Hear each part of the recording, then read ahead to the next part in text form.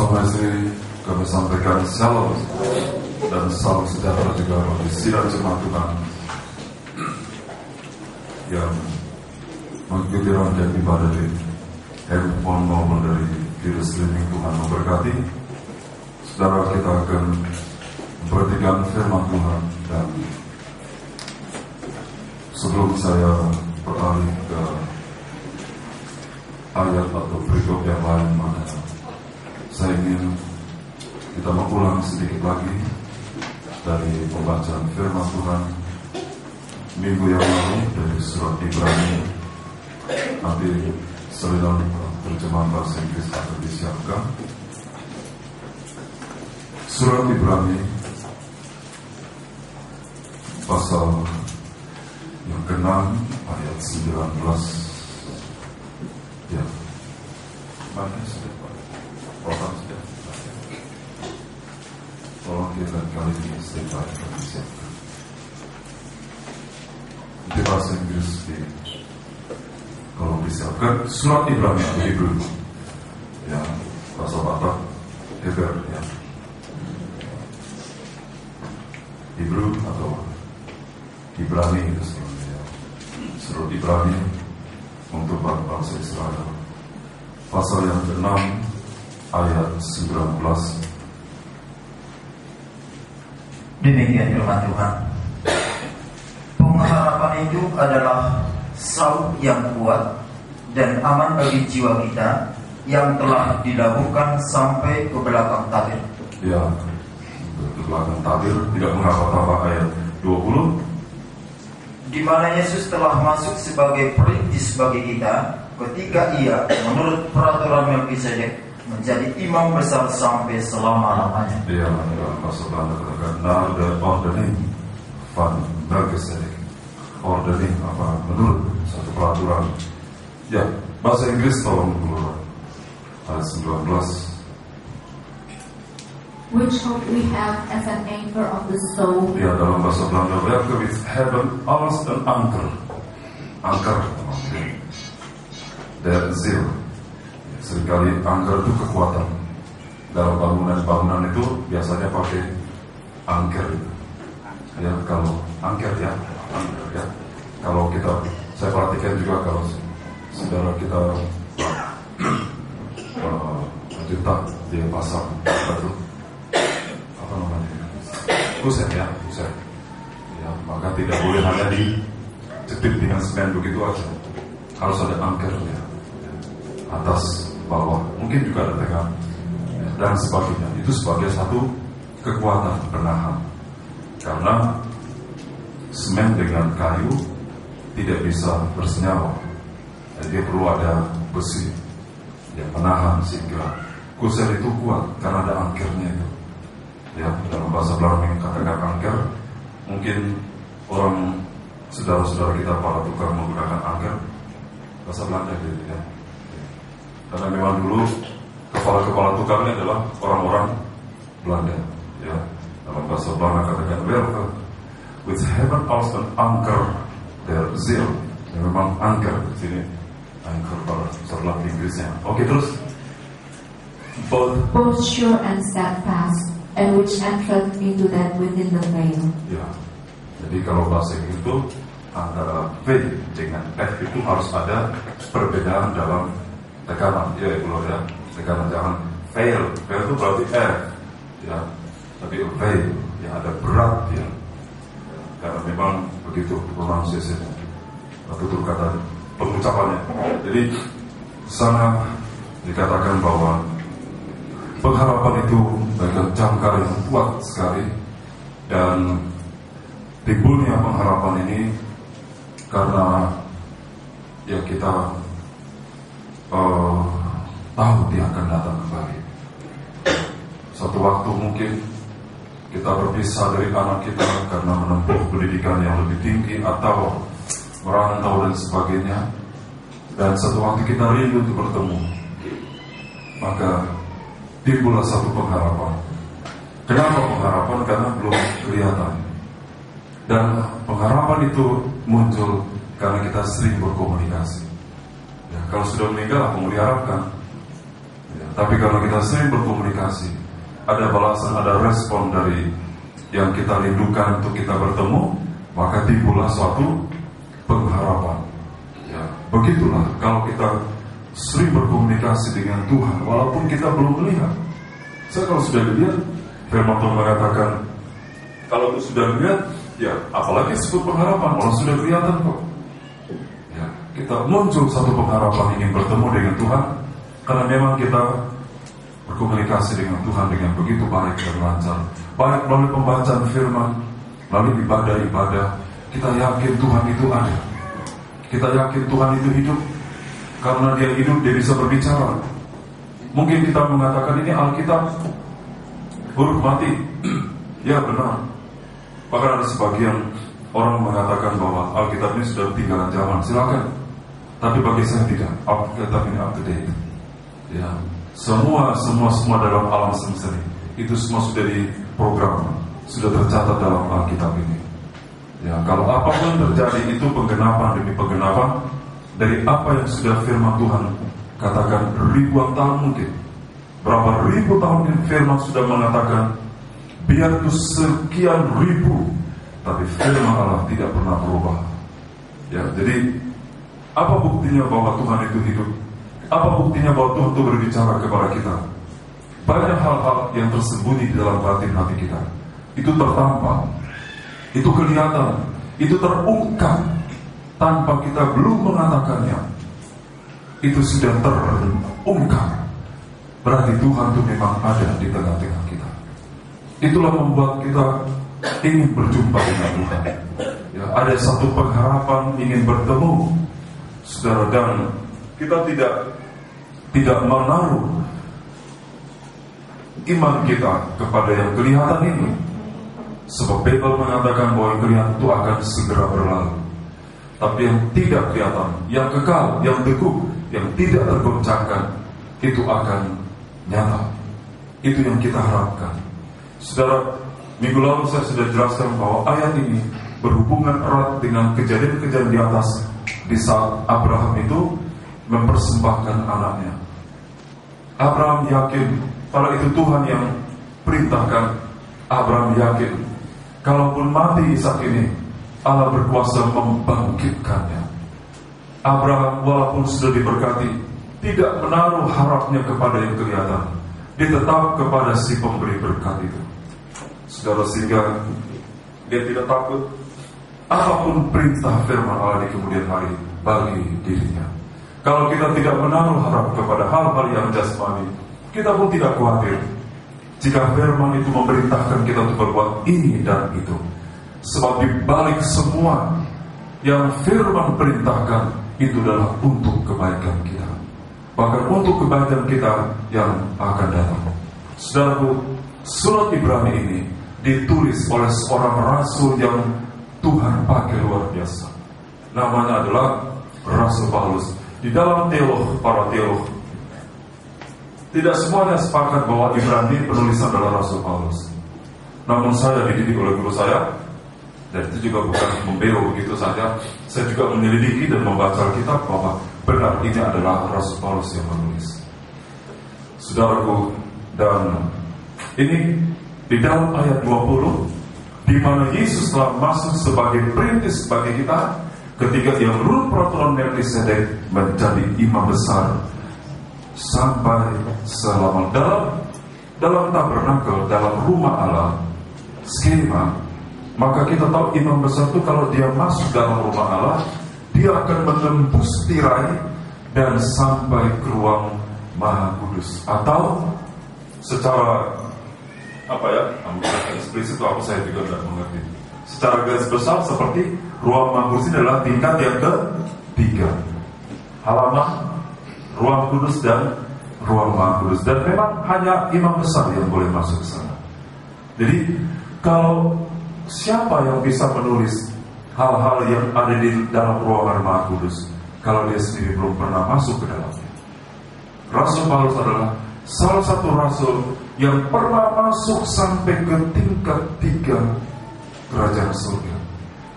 Dengan mendengar suara imam besar, dia tahu bahwa imam besar itu adalah Kristus, bukan lagi manusia. Dan itu adalah pengharapan bagi kita. Imam besar kita bukanlah manusia yang ada terbatas dalam menolong, terbatas dalam menghibur kita, terbatas dalam menyertai kita. Tapi imam besar kita sekarang adalah Tuhan Yesus Kristus. Dia sendiri sudah naik ke sana, dan dia sendiri melihat Yesus di tingkat 3 surga sebagai imam besar surga. Pengalamannya itu dia bisa menulis lagi. Kita baca saudara, surat surat 2 Korintus pasal 12 ya. Ayat 2. Ini kita baca dulu ya. Ini kita baca bersama. Ayat ini kita baca bersama dulu ya. Surat 2 Korintus pasal 12 ayat 2. Mari 1, 2, 3. Aku tahu tentang seorang Kristen. Sudah ada garis kata Kristen. Itu kita garis ya. 14 tahun yang lalu. Entah di dalam tubuh, aku tidak tahu. Entah di luar tubuh, aku tidak tahu. Allah yang mengetahuinya. Orang itu siapa orang itu? Orang Kristen. Orang itu tiba-tiba diangkat ke tingkat yang ketiga dari surga. Jadi yang bisa masuk ke surga tingkat 3 tahta Allah adalah orang Kristen. Alkitab mengatakan betul. Jadi saksi Jehovah itu bukan Kristen, bukan. Dia itu tidak boleh. Sebab Kristen artinya pengikut Kristus, murid Kristus, tunduk dan taat kepada firman-Nya, itu murid. Contohnya apa di sini yang terkenal katakan? Contohnya salah satu contoh SMA 1 negeri di Medan, siswanya di situ. Dia tidak mungkin dia siswa SMA 1 negeri, tapi dia tunduk pada peraturan di Santo Thomas sana. Di mana dia siswa, di situ dia tunduk. Kalau di Santo Thomas, maafkan saudara, karena anak juga di SMA Katolik. Ya seperti saya dulu waktu SMP di Strada Katolik 3 tahun. Kalau mau mulai belajar, pasal berapa dan putra dan anak. 3 tahun juga saya begitu. Ya. Tapi kalau ayo kita berdoa, kata guru, kita tidak mau. Kita tulis 10 tahun ini sudah dikeluarkan. Di Jakarta, saudara, saya tidak tahu di sini ya. Biar itu agama lain, kalau sudah masuk di perguruan Katolik harus ikut, bisa pun ikut. Kalau enggak, merah agamanya. Belajar agama Kristen Katolik. Ya, saat tahun 70, berapa itu? 10 Masehi. Anak saya nanti ini lama. Tahun 78, ya. Tahun 78 sampai 81 ya. Di zaman saya itu Menteri Mendikbud-Dagdikduk Menteri Kebudayaan, dulu kebudayaan dengan pendidikan nomor 1. Sekarang dibagi ya, budaya dan pariwisata. Kalau dulu nomor 1 Mendikbud-Dagdikduk. Agak sulit itu ngomong gini. Yang Dagdikduk gitu ya. Dulu jadi 1 ya, Bapak Daud Yusuf, saya masih ingat sekali. Dulu kenaikan kelas, tahu nggak bulan apa? Desember. Ya betul kan? Dulu Desember. Ini gara-gara yang Yusuf ini dinaikkan dari seperti sekarang ini pertengahan tahun. Dulu Desember. Wah di situ ya Natalnya ya tahun baru ya, naikkan kelas, cari perguruan selanjutnya kalau dia lulus. Sibuk sekali.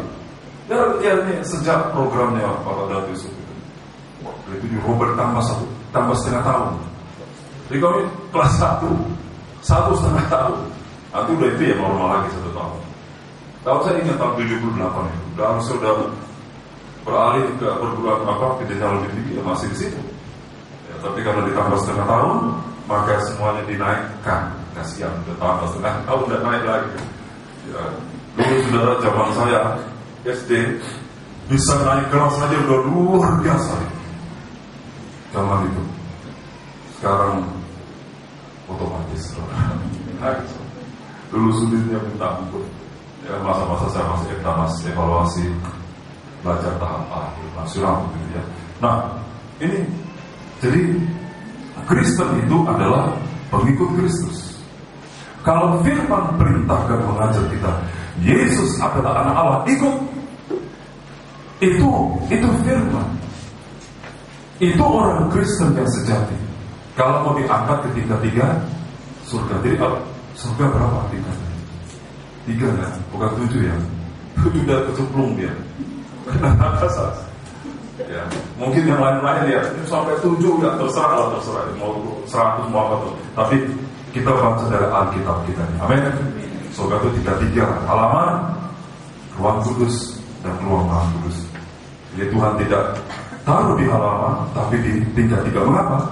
Karena di tingkat 3 itu di situ tahta Allah itu pusat. Bahasa Belanda katakan zentrum sentral itu ditaruh. Jadi Rasul Paulus diangkat sampai ke tingkat 3 di surga. Dia mengatakan tentang seorang Kristen walaupun dia orang Yahudi. Jadi Yahudi harus jadi Kristen. Bagaimana caranya? Percaya sebagai satu-satunya jalan keselamatan, bertobat, berdamai dengan Tuhan, lahir baru dalam nama Tuhan Yesus Kristus, dilahirkan bukan dari benih yang fana, tapi dari benih yang tidak fana, diperlukan Roh Kudus dan mengikuti. Firman Tuhan mengatakan bertekun dalam pengajaran dan seterusnya. Itu orang Kristen. Saya tidak bicara di luar. Ya, itu punya keyakinan masing-masing. Tapi bagi saya, mendidik sidang jemaat bahwa kalau mau masuk surga, Alkitab sendiri mengatakan seorang Kristen. Dan kalau sampai dia naik ke surga, maka dalam tabernakel dikatakan di situ ada tirai. Berarti tirai ini bicara tentang keinginan daging dengan segala keinginannya yang berusaha untuk menghalangi kita masuk surga. Apa itu daging? Keinginannya percabulan kenajisan hawa nafsu, penyembahan berhala, kepahitan hati, kemanisan hati. Jangan pahit hati, manis hati.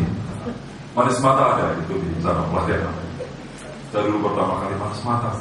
Oh, bagus juga ya. Manis hati. Nanti kita buka kebun teh. Ini manis hati. Ya.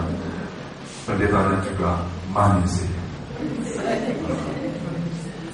Lawangi, itu Ambon, manisnya lawangi dan seterusnya. Ya. Tirai. Jadi untuk menjadi Kristen yang masuk, maka dia juga harus rela untuk tidak menuruti keinginan tadi. Tentu bukan dengan kekuatan sendiri. Karena Kristen, maka Tuhan Yesus menjadi imam besar bagi kita, bagi orang Kristen. Apa untungnya? Apa fungsinya? Dia menolong kita untuk bisa hidup kudus. Nah, kita mengatakan dia dicobai, tapi dia tidak berbuat dosa. Karena itulah dia bisa menolong kita yang juga dicobai oleh dosa, supaya kita mampu mengatasinya, menang.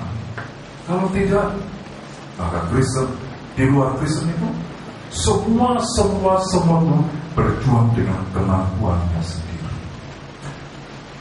dan pasti gagal total.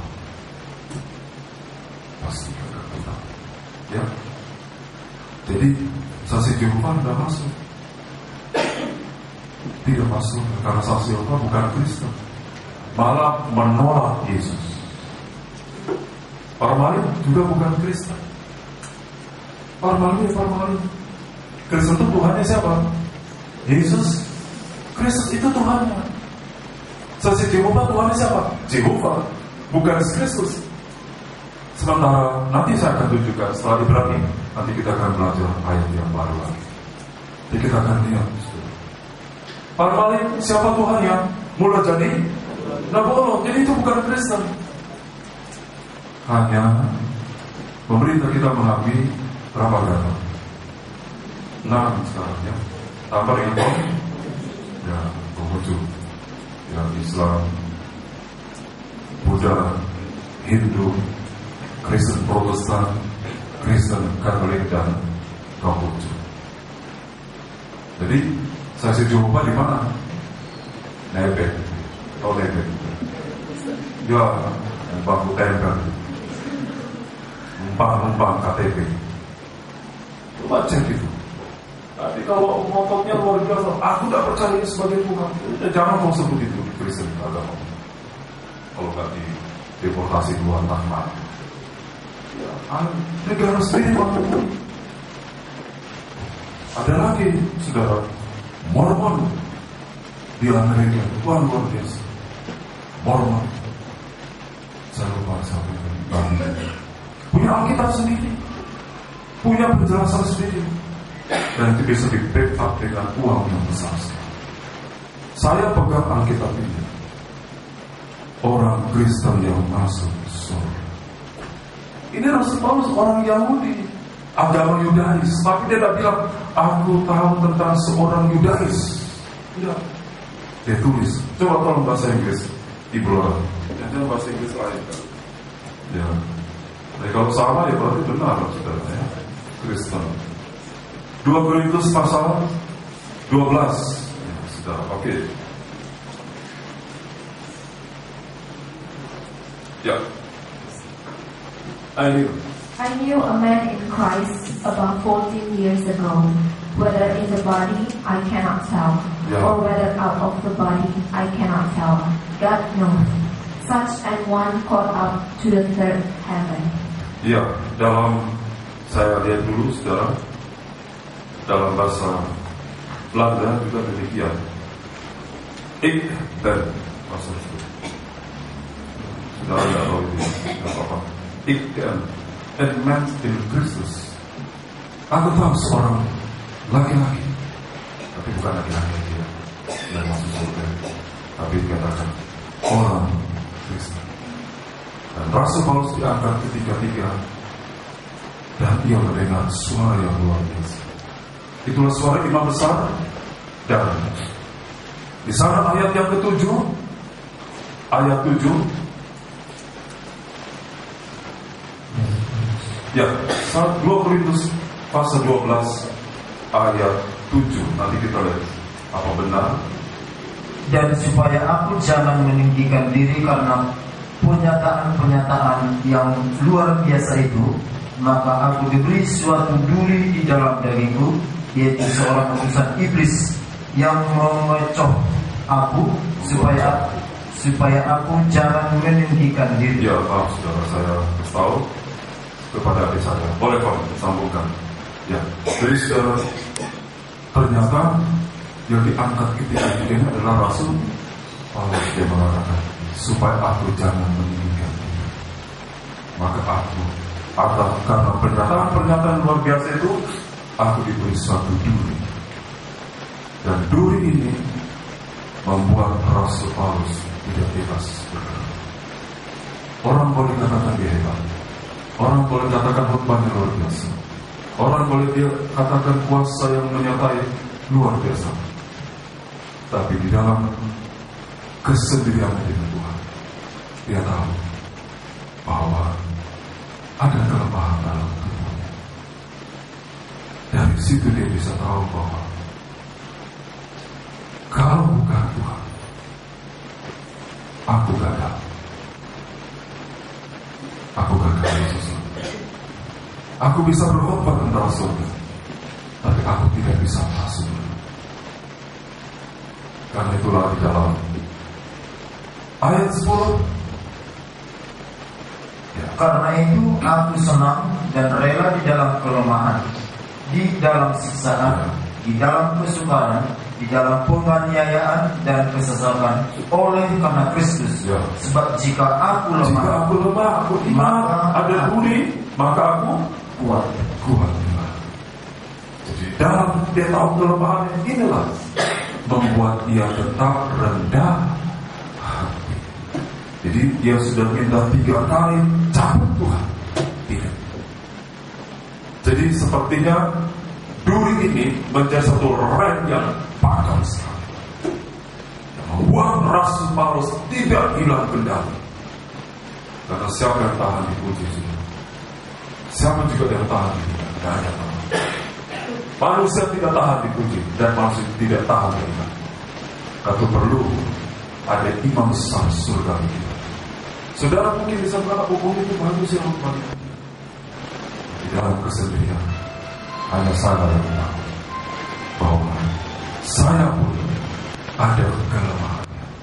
Karena itu saya senang di dalam kelemahan, bukan terjatuh dalam dosa. Saya senang berarti melalui kelemahan ini saya tahu siapa saya sebenarnya dan siapakah Tuhan itu sebenarnya.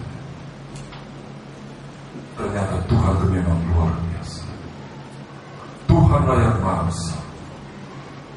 Dari situlah saudara juga begitu. Kalau tidak ada kelemahan, kita tidak ada di sini. Kita sudah ada di surga.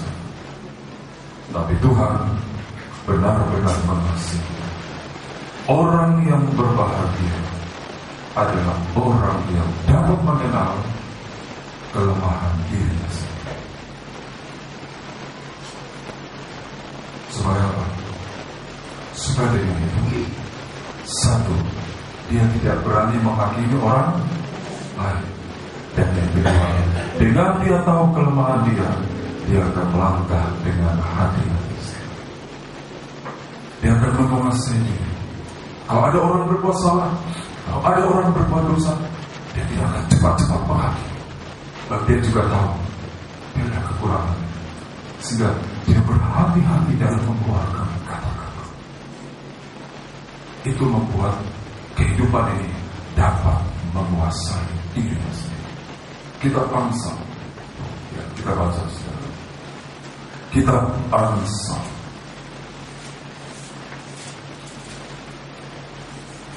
Ya, saya teringat ada satu ayat.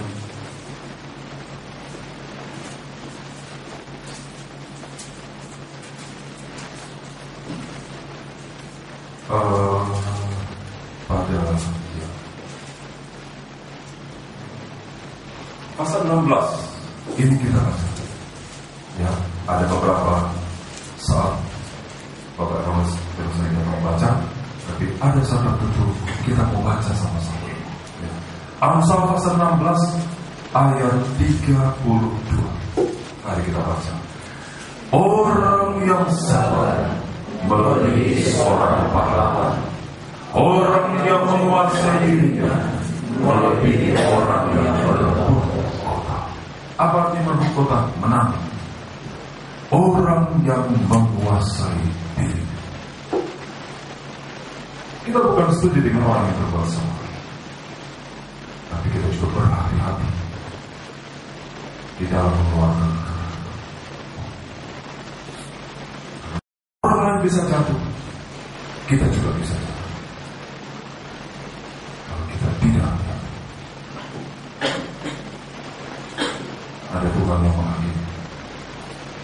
Paling kalau ada seorang yang berbuat kesilapan, kami mengingatkan, jangan kamu berbuat dosa.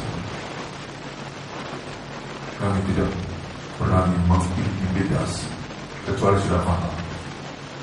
Kami tidak berani mengintimidasi, merendahkan, menghina, menekan, menginjak. Karena kami juga masih ada kelemahan dan kekurangan. Kita harus bisa menguasai, supaya kita juga jangan jatuh dalam dosa. Orang yang menguasai itu, dalam bahasa Inggris katakan, a man who control his temper than one who take it as sin. Orang yang bisa menguasai temperamennya, dia justru lebih kuat. Itu Rasul Paulus. Dia mengatakan di dalam diriku ada dua, yaitu kelemahan. Itu udah Rasul hebat. Sekarang hamba Tuhan, anak Tuhan, sidang jemaat, imam-imam, kalau dipakai luar biasa, seringkali tidak berani mengatakan bahwa dalam dirinya juga ada duri. Rasul Paulus berani mengatakan, dia tidak mau gengsi, supaya dalam kelemahannya itu dia berharap kepada Tuhan Yesus, dan itu sebagai jangkar yang kuat sekali. Karena itu sampai mati, Rasul Paulus mati sebagai syuhada, sebagai martir, namanya tercantum indah di dalam kitab kehidupan doa. Jadi kalau ada kelemahan, jangan tinggalkan Tuhan, datang sama Tuhan. Karena yang bisa menguatkan kita hanya Tuhan. Tidak ada yang bisa menguatkan sekuat Tuhan menguatkan. Tidak ada yang bisa menghibur kita sekuat Roh Kudus menghibur kita. Makin tinggi rohani kita, semakin naik rohani kita, semakin kita dikuduskan, semakin jelas kelemahan-kelemahan. Semakin dekat dengan terang, semakin kelihatan bintik-bintik model itu. Tapi kalau kita jauh dari terang, kita semua bagus. Tapi semakin dekat, semakin kelihatan bintik-bintik. Tapi semakin kita lihat, semakin kita dekat dengan terang. Semakin kita bisa melihat kekurangan kita, sesungguhnya kita semakin dekat dengan Tuhan. Dan itu satu kemenangan bagi kita. Ya, jadi karena itu, saudara, maka Rasul Paulus menulis bahwa pengharapan itu bagaikan jangkar yang kuat, karena dia punya pengalaman. Di dalam kelemahan, dia bisa kuat kembali. Dia tidak jatuh dalam dosa, baik saat penderitaan yang berat, atau juga di dalam kelimpahan yang meriah. Dia tetap kuat. Dia punya jangkar, sebab dia menaruh harap kepada Kristus sebagai imam besar yang senantiasa mendoakan dia. Dan sekarang kita beralih, saya sudah sampaikan. Sekarang kita beralih pada nats yang lain. Injil Matius pasal 28. Minggu lalu Ibrani sudah saya katakan bahwa secara garis besar kiranya ini menjadi berkat buat kita sekalian. Sekarang kita bergerak pada ayat selanjutnya.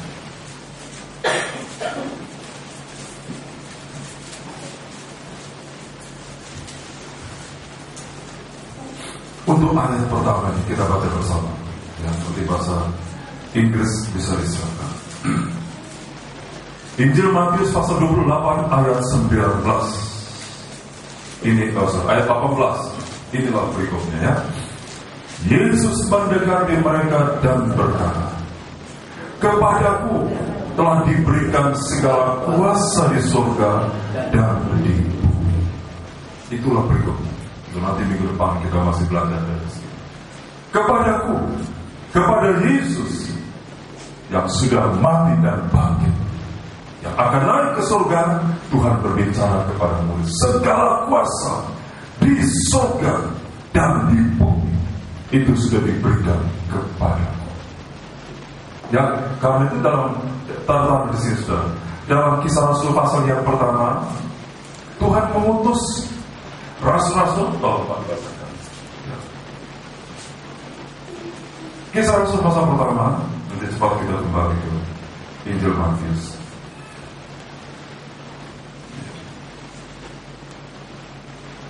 Salam Tuhan sudah ya, kita salah Kisah Rasul pasal 1 ya, sudah tentang ayat yang ke-6. Langsung saja ayat 8, sorry maafkan. Ya, Kisah Rasul pasal pertama ayat 8. Demikian firman Tuhan. Tetapi kamu akan menerima kuasa dan ya dinamik dalam bahasa Yunani, suatu kuasa yang dahsyat sekali. Terus kalau Roh Kudus turun ke atas kamu, ya, dan kamu akan menjadi saksiku di Yerusalem, saksiku di seluruh Yudea, di Yerusalem dan Samaria, di seluruh Yudea dan Samaria itu masih Israel, terus dan sampai ke ujung bumi, menjadi saksiku, saksi Kristus di Israel, bahkan sampai ke seluruh dunia. Bukan saksi Jehovah, tapi saksi Kristus. Tolong bahasa Inggris 10 ayat 8.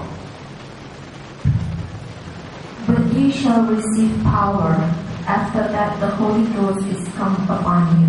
Yeah. And ye shall be witnesses unto me both in Jerusalem and in all Judea and in Samaria and unto the uttermost parts of the earth. Sampai ke seluruh bumi. Bukan saksi Jehovah, tapi saksinya Kristus. Ini zaman gereja, mulai dari Israel. Inilah lahirnya sejarah gereja yang pertama. Mengapa? Sebab segala kuasa di surga dan di bumi yang tadinya ada di tangan Jehovah, Yahweh Elohim, sudah diserahkan kepada Tuhan Yesus. Siapa Yesus? Anaknya sendiri, bukan orang lain. Anaknya sendiri. Jadi kita bergerak. Tuhan tidak pernah balik ke belakang. Jehovah itu nama Tuhan yang dipanggil oleh Israel sebelum Yesus menampakkan diri. Itu masih samar-samar. Perjanjian lama itu ditandai dengan bayangan, gambaran, dan kiasan. Tapi wujudnya sekarang di perjanjian baru, Jehovah, Yahweh, Elohim, Adonai, itu sekarang adalah satu pribadi, Tuhan Yesus Kristus. Dialah Jehovah, dialah Yahweh, dialah Elohim, dialah Adonai. Baru dia ada El Shaddai, ada apa dan sebagainya dan sebagainya. Itulah dia, akulah itu yang sudah menerima segala kuasa di bumi, di surga, dan di bumi. Kita kembali sudah dalam Injil Matius pasal 28. Kenapa keluar kata-kata ini dari Tuhan? Kenapa sampai Tuhan mengatakan ini? Kepadaku telah diberikan segala kuasa di surga, bukan sebagian part, tapi all, seluruh. Jadi surga itu wewenangnya ada di tangannya Tuhan Yesus. Bisa digabungkan semua. Dan itu walaupun dia dari awal adalah Allah pribadi, tapi dia bisa mengatakan segala kuasa sudah diberikan kepadaku karena aku sudah mati bangkit kembali.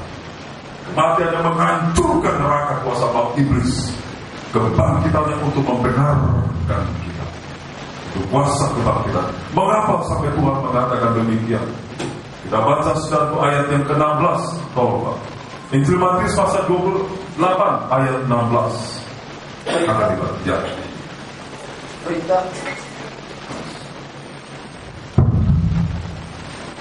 Perintah untuk memberitakan Injil. Ya.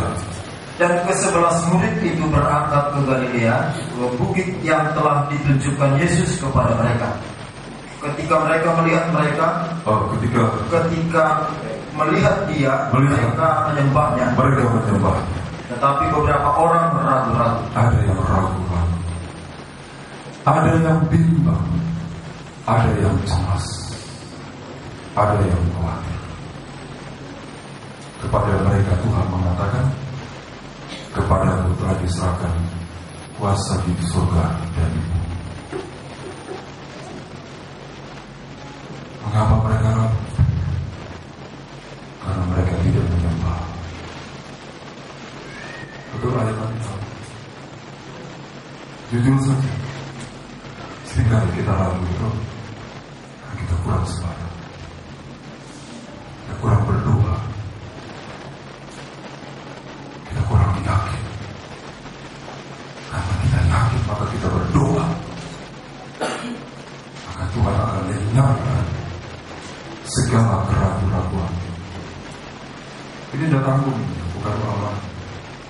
Di antara ke-11 rasul ada yang ragu-ragu.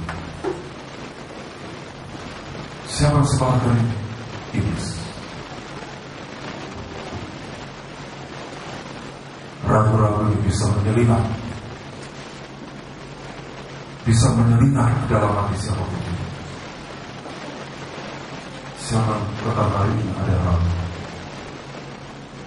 ada yang bimbang, ada yang cemas, tidak yakin kalau engkau dan saya, bahwa Yesus memegang kekuatan, kekuasaan alam semesta ini.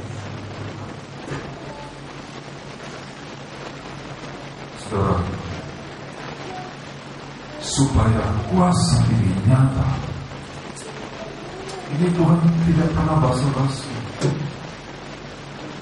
Supaya kuasa yang tidak terbatas, tidak terhingga, tidak terduga, ya, itu real nyata dalam kita. Kalau itu hamba Tuhan, maka ayat 19 mengatakan bahwa karena itu pergilah, jadikanlah semua bangsa muridku, dan baptislah mereka dalam nama Bapa dan Anak dan Roh Kudus. Itu hamba Tuhan. Pergi beritakan Injil pada sekalian alam ini. Injil Markus ini sama dengan Injil Markus pasal 15. Pergi kamu beritakan Injil. Coba tolong baca supaya ini dengan cepat. Injil Markus pasal terakhir, pasal 16 ya. Ayat 15. Ayat 15. Lalu ia berkata kepada mereka, pergilah ke seluruh dunia, beritakanlah Injil kepada segala makhluk. Beritakan Injil kepada segala makhluk. Injil yang diberitakan, gospel. Apa dalam bahasa Baratanauli? Injil diberitakan. Saya tidak pernah baca dalam Alkitab beritakan pengajaran mempelai, tidak ada. Beritakan kabar mempelai, tidak ada. Yang ada beritakan Injil. Sebab di dalam Injil sudah mencakup semuanya. Yesus sebagai penebus, sebagai imam besar, sebagai raja, dan akan datang kembali sebagai mempelai pria surga. Sebagai raja yang masuk dalam pesta nikah namanya mempelai pria surga. Itu adalah Injil. Sekarang dipecah-pecah. Oh itu kamu beritakan Injil itu halaman. Kalau saya itu beritakan kabar mempelai, pengajar mempelai, orang Ruang Kudus. Yang kamu Injil itu halaman sama. Mana ada? Tuhan mengutus beritakan Injil. Saya pemberita Injil. Saya tidak tahu kok yang kau beritakan Injil. Harusnya sudah naik pengajaran. Injil itu dalam Injil Matius pasal 24 ada Injil kerajaan, itulah tabernakel. Ada Injil kasih karunia, ada Injil kerajaan tadi sekarang. Semua sudah dicakup oleh Injil. Pengajaran mempelai, kabar mempelai adalah istilah yang ditimbulkan oleh seorang hamba Tuhan. Tapi yang tepat adalah Injil. Kalau saya masuk ke satu organisasi, saya pengabar kabar mempelai, nanti apa Tuhan itu bilang, udah lagi. Tapi kalau saya katakan saya bawa Injil, maka semua hamba Tuhan juga ada kemungkinan besar bisa terima. Karena yang mereka juga bawa beritakan adalah Injil. Sekalipun di dalam pemberitaan kita tampilkan juga klimaks Yesus sebagai mempelai Yesus. Tapi yang kita tampilkan adalah Injil. Kalau hamba Tuhan mau mengalami kuasa Tuhan tidak terbatas, hamba Tuhan harus bergerak di dalam Injil. Bukan gerombol apa, rumpi atau bergerom velosip terus tiap bulan terus kumpul. Wah, itu Alkitab mengatakan pergi kamu beritakan supaya kau disertai dengan kuasa. Saya dengan Injil, saya dengan istri Injil. Saya dengan istri beritakan Injil. Saya rasa itu, kami rasa kuasa itu bekerja. Kuasa yang memelihara, kuasa yang melindungi, kuasa yang bisa menyerahkan hal yang lain. Itu karena kami bergerak memberitakan Injil. Bagi sidang jemaat bagaimana? Datang dengar Injil. supaya Tuhan hapuskan keraguan-keraguan itu dari dalam hati. So kita bisa menyembah. Tidak ada orang bisa menyembah sampai ragu-ragu. Haleluya. Ya benar Tuhan. Ada? Tidak ada ya Tuhan ya. Ada. Oh ada. Haleluya. Jadi kalau kita tidak mendengar Injil, tidak mendengar firman Allah, ragu-ragu itu akan mencegah kita. Biar itu orang kaya sekalipun, cemas, ragu-ragu, khawatir. Ada uang banyak, ragu-ragu. Tidak ada uang, lebih lagi. Tidak ada uang aja udah ragu-ragu. Lebih lagi tidak ada uang. Tapi kalau kita mendengar Injil, firman Allah, Tuhan hapuskan semuanya. Saudara, Injil Markus pasal yang pertama, kita lihat saudaraku, apa itu Injil. Ayat 39. Injil Markus pasal pertama ayat 39 ini kita baca bersama. Ya. Lalu pergilah ia ke seluruh Galilea dan memberitakan Injil dalam rumah-rumah ibadat mereka dan mengusir setan. Setan itu yang seringkali membuat kita ragu-ragu. Atau seringkali kita jangan dulu bertindak, berdoa. Anak kami kepada siapa? Berdoa dulu supaya kita disertai oleh Tuhan dalam kita bertindak. Kalaupun ada seorang punya rencana begini, mau beli ini, mau beli itu, ya silakan aja. Saya bilang berdoa, kita doa dulu. Jika Tuhan izinkan, Tuhan buka jalan. Supaya kalau Tuhan izinkan kita tidak mampu, Tuhan kasih kemampuan. Tapi kalau Tuhan tidak izinkan, Tuhan gagalkan. Sehingga seandainya itu dibeli, itu kita miliki, mungkin di depannya kita mengalami kerugian yang fatal. Tapi karena kita sudah berdoa, kerugian yang fatal Tuhan bisa hindarkan dari kita. Karena kita mengalaskan itu. Kita berdoa, sembahyang, supaya kita bertindak dengan kekuatan dari Tuhan. Tidak ada ragu-ragu. Karena kita sering mendengar Injil, mendengar firman, mau dikatakan kabar mempelai, pengajar mempelai, yang penting adalah Injil. Dan itu Injil itu tidak boleh diklasifikasi. Injil ini, halaman Injil dah. Kita harus ikuti semuanya agar kita pun dibawa oleh Injil ini pada jenjang-jenjang tingkatan rohani seperti diinginkan oleh Tuhan. Kalaupun kita sudah terima pengajaran kabar mempelai yang menyucikan, katakanlah pada strata tingkatan Roh Kudus, apa kita tidak ingat keluarga kita yang lain? Bukankah kita masih di bumi? Itu banyak jiwa di depan mata kepala kita itu. Kita biarkan mereka menuju kepada kebinasaan. Yang penting saya sudah dikuduskan. Itu bukan mempelai Tuhan. Mempelai Tuhan itu punya hati seperti hatinya Tuhan Yesus. Amin.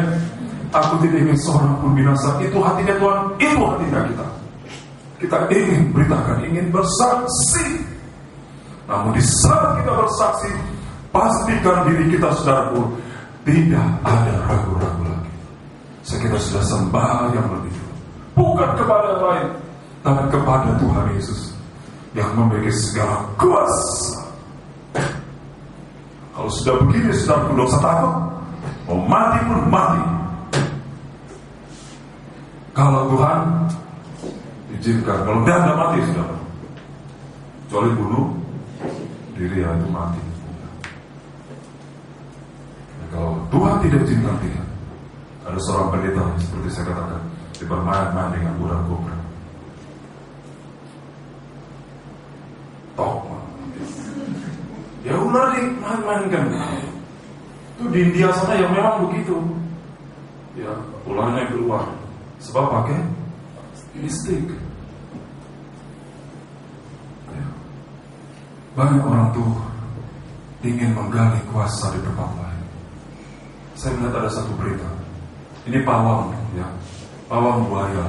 Buaya itu dibuka mulutnya, lalu masukkan kepala. So berapa kali selama orang sekali terjepit, buaya mutar badannya, dia terputus sampai putus kepala. Ya, itu kuasa itu Ada batasnya. Saya bukan katakan kemudian, oh ya mau dengar kayak gitu gimana, enggak ada. Supaya saudara tahu bahwa kuasa selain dari Tuhan itu ada batasnya. Iblis memang ada kuasa. Kalau mau sembahyang aku berikan, tapi ada batasnya. Yang tidak terbatas adalah Tuhan Yesus. Kalau minta sesuatu, minta aja sama Tuhan. Tuhan, saya minta biaya mau kuliah, minta sama Tuhan. Tuhan, minta biaya mau kawin, minta. Ya, minta. Nggak ada yang berani jawab. Saya minta sama Tuhan, hamba-Mu mau kawin, mau menikah, tidak ada uang Tuhan. Ya Tuhan, tekankan dalam hati berangkat-berangkat. Ya, kalau udah pakai baju pengantin ya biar aja. Udah sepakat dengan saya. Kita nggak usah pakai baju pengantin. Ya, nggak usah. Ternyata Tuhan siapkan semuanya. Dia saudara pernah lihat foto kami ada yang sempat beberapa yang pakai baju pengantin enggak. Tapi kalau kita Tuhan, nanti baju pengantinnya XL ya. Ayo, L ya. Belum menikah udah XL ya. Ya. Yang begini ya, yang mahal Tuhan. Nah, ada hasil. Kalau kita pasrah, justru di sana kuasa itu menyertai. Jadi bagi hamba Tuhan harus beritakan itu, supaya kuasa itu bekerja. Bagi jemaat datang dengarkan Injil. Ayat 20 kita kembali ke Injil Matius pasal 28 ayat 20. Dan ajarlah mereka melakukan segala sesuatu yang telah kuperintahkan kepadamu, dan ketahuilah aku menyertai kamu senantiasa sampai kepada akhir zaman. Aku. Mari saudara dengan Injil baca kita. Kalau mungkin bisa mau sharing, kan ada batasnya. Ada batasnya, saya mungkin tidak ada waktu. Pak evangelis saya mau sharing, waduh, boleh ya Pak Jan ya. Pak Jan saya mau sharing, sehingga Pak kita tawari. Wah, tunggu ya, ini susah kita tawari ini. Ya, pasal berapa? Pasal sekian sekali. Tawari itu saudara baca, namanya Kripaku. Susah sekali Pak evangelis. Gampang itu, masih ada nanti di mana. Nanti biasanya, udah ada apa-apa. Ya. Boleh. Tapi satu waktu ada panasnya. Saya mau dengar suara Tuhan itu. Bahwa Pak evangelis mau tanya, apa suara Tuhan sama Bapak bagi saya? Dulu ya. Ya baru ada kita. Oh ya. Tapi satu waktu ada batasnya. Dari saya juga ada batasnya. Tolong bagaimana? Satu waktu mungkin saya lebih selesai. Tapi kalau kita baca kita tidak sah dengan roti, kita akan mendengar Tuhan berbicara kepada kita senantiasa. Betul? Sangat terabur-kabur Tuhan sendiri. Baca yang benar. Jangan saya mau kawin mana ya? Kawin. Ya, mana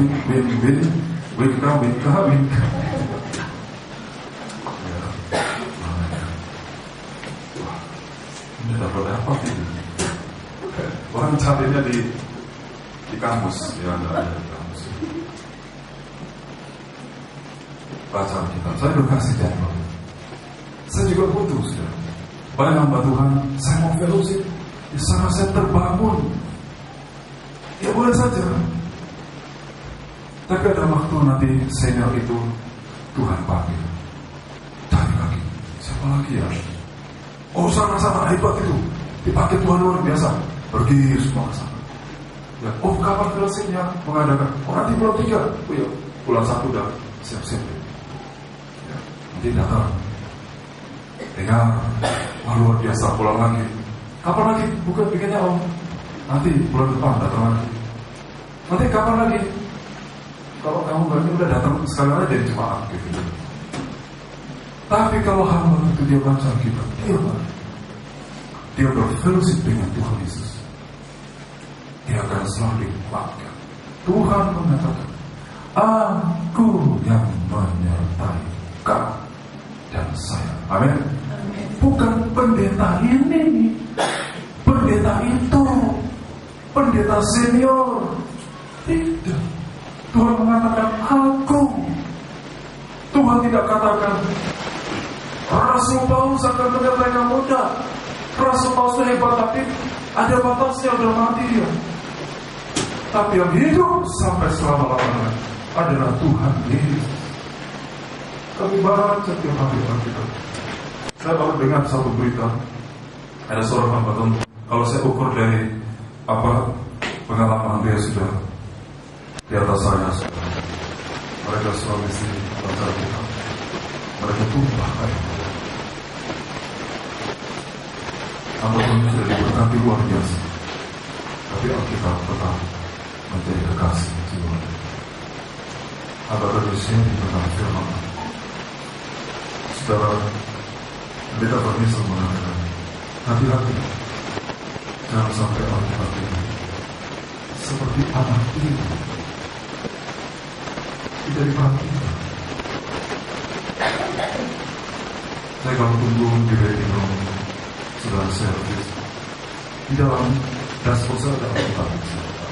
Saya terus duduk, saya baca. Ada orang melihat aneh kok punya mobil tapi aneh. Karena dalam pandangan orang yang baca kita adalah orang-orang yang susah. Kita baca, saya mengasihi Anda karena saya butuh pernyataan dari Tuhan.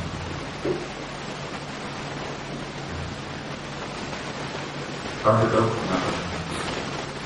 firman-Mu adalah berita bangga. Aku merenungkan firman-Mu siapa. Aku merasa berbeda kuasa. Aku menyertai Kamu. Tiap besok kita baca pagi dan malam. Kata-kata itu bergema di dalam jiwa. Aku menyertai Kamu. Ibu janda, aku sudah tidak ada lagi. Tuhan, aku menyertai Kamu. Anak-anak yatim, tidak ada aliran lagi. Aku menyertai Kamu. Ada suami, ada istri yang tinggalkan suatu yang tidak diperlukan oleh suami. Aku menyertai Kamu. Ada orang-orang yang susah dalam pergumulan, yang berat untuk memulihkan ekonomi atau sebagainya. Bahkan dalam ancaman mau krisis di ujung jarum, di ujung tanduk, Tuhan aku menyertai Kamu. Pergi beritakan ini, pergi dengar Injil, pergi dari rumah sana untuk datang dengan ini. Supaya Tuhan menghapuskan keraguan. Tidak ada dapat menyertai kita sampai ke sudara alam. Betul ya? At the end of the world. Sampai akhir zaman. Berarti sepanjang umur hidup kita di muka bumi. Tidak ada yang menyertai kita sekuat Tuhan menyertai kita. Dimanapun, entah itu di kota, di desa, di pelosok, di tempat penjuru mata angin siang dan malam, Tuhan punya kuasa yang besar sekali. Aku yang memegang segala kuasa ini. Otoritas ada di tangan Tuhan. Tuhan yang berdaulat atas alam semesta. Kalau kita jangan mengecilkan Injil ini, kita harus baca, karena di sanalah kuasa itu menyertai kita. Bagaikan tiap awan, tiap api di tengah-tengah perkemahan orang Israel. Saat malam hari orang Israel tidur terlelap, Allah berikan dia api menyala-nyala di atas mereka. Saat pagi hari mereka bergerak menempuh perjalanan padang gurun yang ganas, penuh dengan binatang buas yang awan menyertai mereka. Sampai mereka tiba di tanah perjanjian di sepanjang umur hidup kita. Jangan kita ragu. Kalau kita ragu, kita tidak sembahyang. Kepadaku ada yang ragu-ragu, karena Tuhan menyatakan pribadinya. Puji Tuhan, saudara. Tidak usah pergi kemana-mana, pergi ke Tuhan. Aku menyertai kamu. Saya perintah Tuhan. Oh, siang malam di tengah-tengah bencana yang terjadi di Manado ada gereja, saudara. Banjir badan itu masuk sampai AC pun kena. Saudara bisa bayangkan AC itu kena. Gerejanya tinggi besar, AC itu kena berarti berapa tinggi banjir itu menghadap. Sound system itu rusak total. Lumpur masuk dan menenggelam. Di Jawa Tengah Gunung Kelut erupsi debu sampai semua penerbangan dari Medan ke Surabaya, Jakarta sebagai cancel semua. Siapa yang bisa kita harapkan? Tidak ada. Semua akan menyelamatkan diri. Semua akan berlindung. Semua masing-masing melindungi dirinya sendiri. Tapi Tuhan mengatakan, aku yang menyertai kamu. Ada pujian tadi mengatakan, yang pujian pertama itu ya, mari kita akan bangkit berdiri. Kita mau bukan haleluya. Saudara Kristus, Yesus aku percaya,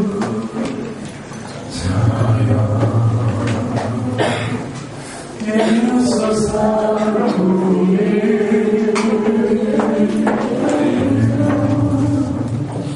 ku hidupkan hanya untukmu. Yesus aku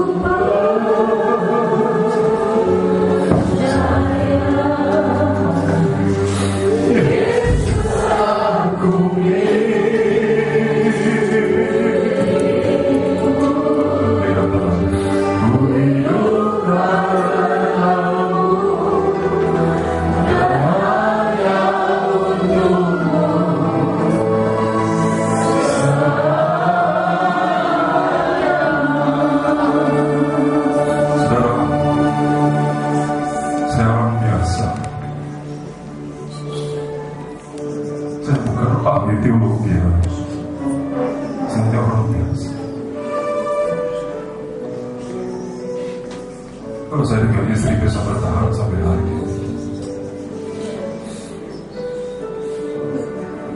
karena kami mengasihi Alkitab. Pada saatnya kami telepon guru kami waktu masih hidup. Guru kami mengatakan, kamu berdoa. Ada apa-apa saya tanya guru saya. Sekarang guru saya sudah diangkat oleh Tuhan Yesus. Pendeta Yesus, pendeta Cibono, pendeta Pondok, guru-guru kami sudah Tuhan angkat. Tapi Alkitab tetap di bumi ini.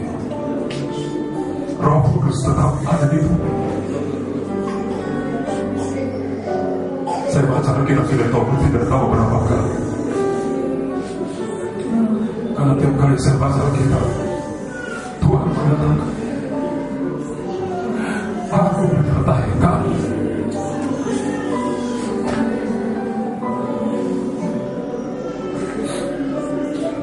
Dari saya masih aja sendiri menikah, Tuhan karuniakan 2 anak. Sebentar jika Tuhan jadikan akan masuk ke jenjang perguruan yang lebih tinggi dengan biaya yang besar, kami hamba Tuhan full time masuk. Tapi kami punya Tuhan yang maha besar. Beberapa kali kami menghadapi kesulitan yang sangat-sangat sulit, tapi kami belajar semuanya.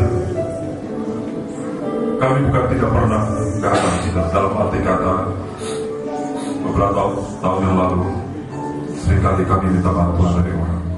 Itu kami dari Tuhan ajar. Orang yang kami minta bantuan itu tidak bisa membantu kami. Dari situ Tuhan mengajarkan bahwa Tuhan yang memiliki segala kekuatan. Saudara belajar menyembah kepada Tuhan, belajar puasa, baca Alkitab. Para ibu janda anak-anak yatim dan piatu, atau semua para istri yang tidak pernah merasakan kasih sayang dari suami, atau anak-anak yang tidak pernah merasakan kasih sayang dari orang tua. Masih ada Bapakmu di surga. Masih ada mempelai Yesus yang kepadanya kita bisa gantungkan. Ada orang tua yang merindukan anaknya bertobat, tapi dia percaya, aku percaya, masih ada Tuhan Yesus. Ada yang sakit, saat tertentu dia merasakan penyakit seperti ingin merenggut nyawa,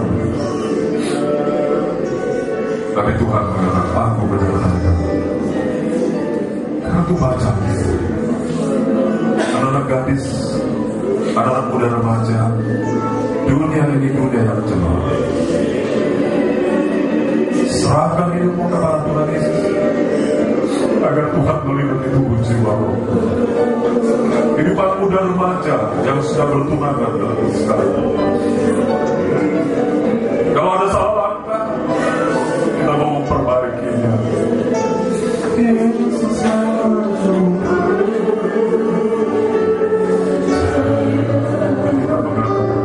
Yesus aku.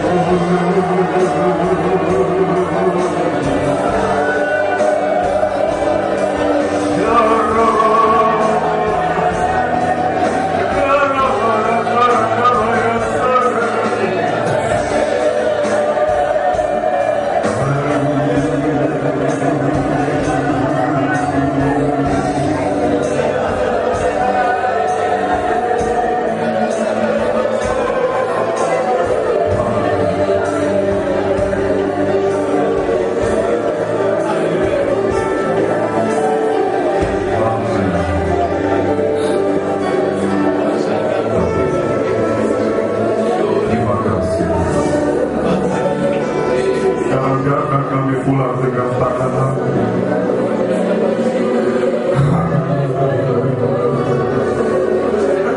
Sembuhkan kami yang sakit, Tuhan.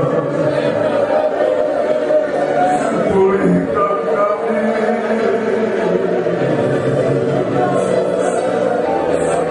Beri kelegaan bagi yang mengalami kesesakan.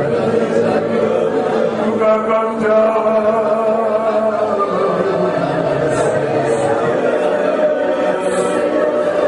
Pulihkan kami, pulihkan tinggal rumah tangga kami.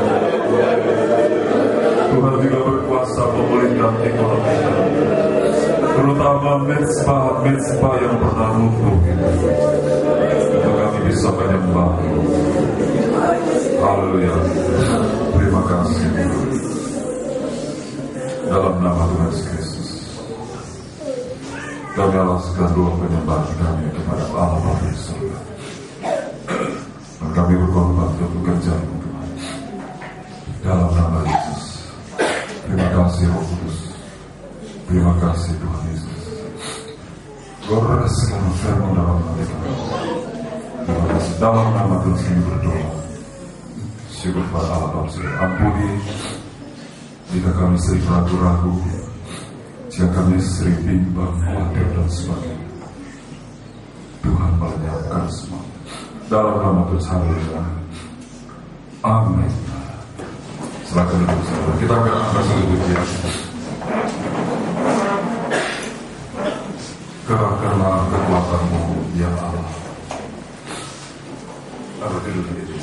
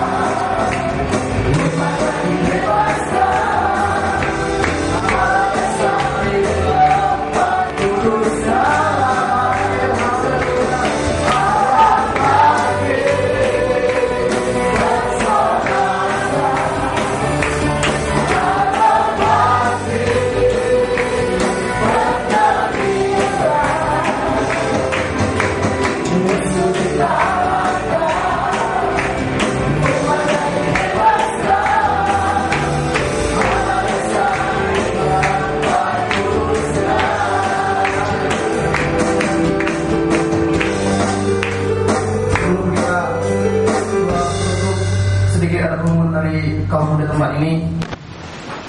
Pada kaum muda, pada hari Sabtu tanggal 20 Februari jam 4 sore akan diadakan acara gagapan kaum muda. Jadi dimohonkan bagi kita semua kaum muda tempat ini untuk boleh hadir. Nanti saudara Dimima akan menyampaikan secara teknisnya, dan dimohonkan untuk meninggalkan nomor handphonenya kepada saudari Dimima di bawah, agar nanti pada saat hari selanjutnya hubungan yang intens boleh kita adakan, sehingga kaum muda di tempat ini boleh melaksanakan acara gagapan tersebut guna hanya untuk kemuliaan nama Tuhan saja. Amin. Mari jemaat saya untuk bangkit berdiri. Al bangkit.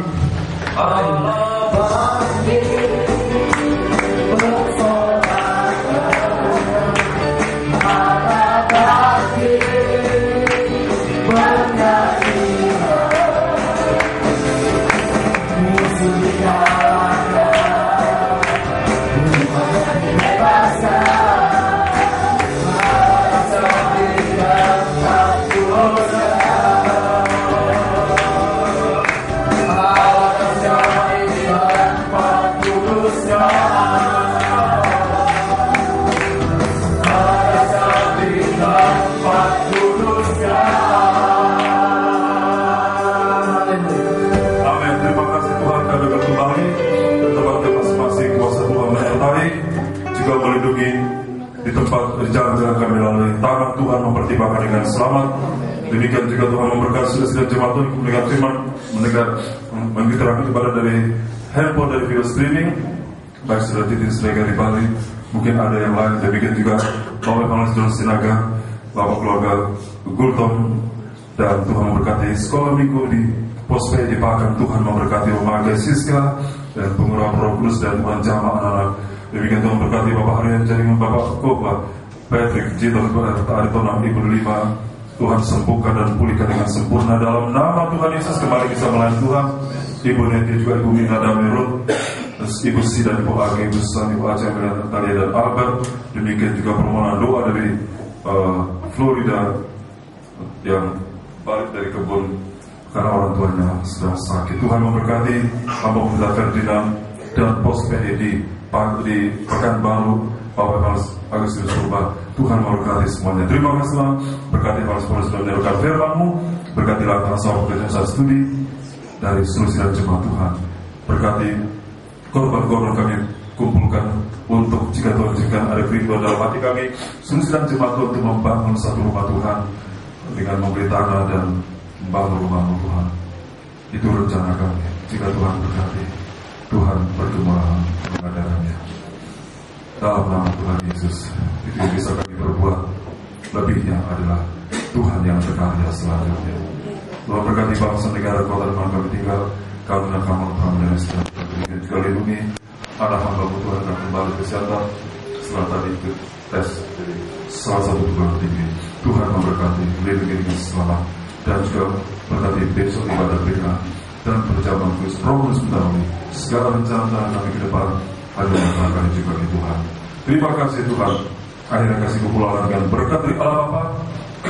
Kita kasih dari Anak Tunggal beserta penyertaan dari kuasa Roh Kudus. Banyak lagi dan senantiasa juga memberkati seluruh sidang jemaat untuk mendengar firman dari mendengar ibadah dari handphone dari video streaming. Tuhan memberkati sesama seluruh Tuhan memberkati kami di sini. Demi nama Tuhan Kristus mempelai dia surga dan datang kembali. Hamba segala berkat tutup pada malam hari ini. Haleluya. Amin. Selamat memberkati.